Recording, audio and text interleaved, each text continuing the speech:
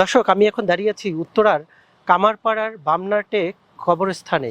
এই কবরস্থানেই কিন্তু সমাধিত রয়েছে জুলাই আন্দোলনের অন্যতম শহীদ মীর মাহফুজুর রহমান মুগ্ধ। আপনি যদি মুগ্ধর কবরটা আমি দেখাই, তাহলে দেখতে পাচ্ছেন মুগ্ধর একই কবরে দুইজন শহীদের কবর কিন্তু দেখা যাচ্ছে। অর্থাৎ তার ঠিক ডান পাশেই কিন্তু আমরা আরও একটি কবর দেখতে পাচ্ছি, শহীদ রেদওয়ান শরীফ রিয়াদ। I am Ox.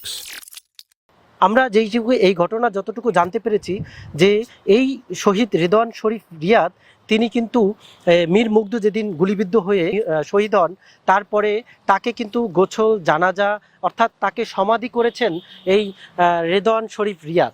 তাকে সমাধি করে তিনি কিন্তু আন্দোলনের মাঠে চলে যান। তারপরে যেটা ঘটলো, সেই আন্দোলনে তিনিও কিন্তু তার পরের দিনই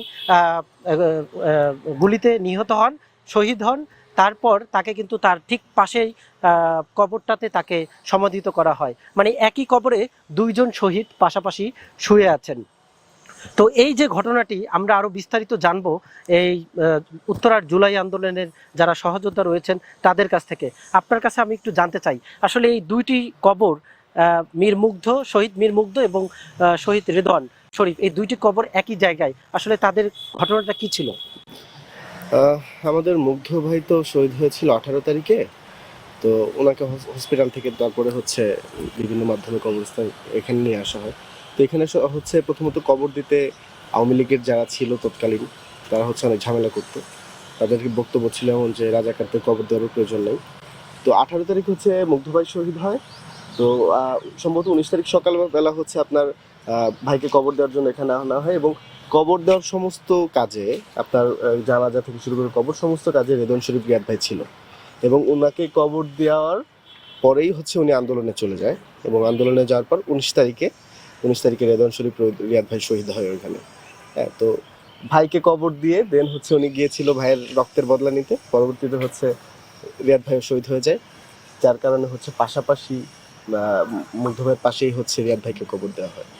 খুবই মানে হৃদয় বিতরক একটি ঘটনা, যে আসলে দর্শক যেটি শুনলেন তাদের সহযোদ্ধাদের কাছ থেকে, তারা যেটি বলছেন যে এই যে মীর মাহফুজুর রহমান মুগ্ধ, শহীদ মীর মাহফুজুর রহমান মুগ্ধ, তাকে তিনি যখন গুলিবিদ্ধ হন, দেখতে পাচ্ছেন যে তার কবরটা এখন কিন্তু পরিচর্যা হচ্ছে, সংস্কার করা হচ্ছে।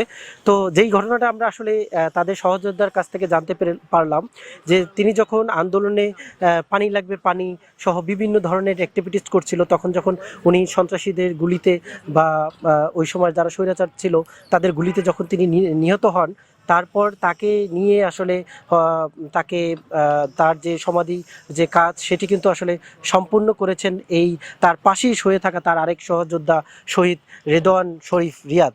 তিনি কিন্তু তাকে আসলে মাটি দিয়ে সেই ভাইয়ের বদলা নিতে, রক্তের বদলা নিতে তিনি যখন আবার রাজপথে নামেন, তারপরে কিন্তু আমরা দেখেছি যে তার ঠিক পরের দিন এই শহীদ রেদওয়ানও কিন্তু শহীদ হয়েছেন। তার এই যে আত্মত্যাগ সেটিকে আসলে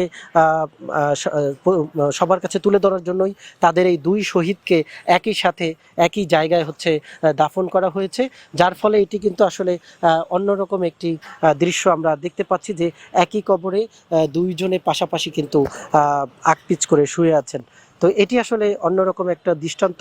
দর্শক, এই ছিল আমার কাছে শহীদ মীর মাহফুজুর রহমান মুগ্ধর সমাধি থেকে সর্বশেষ।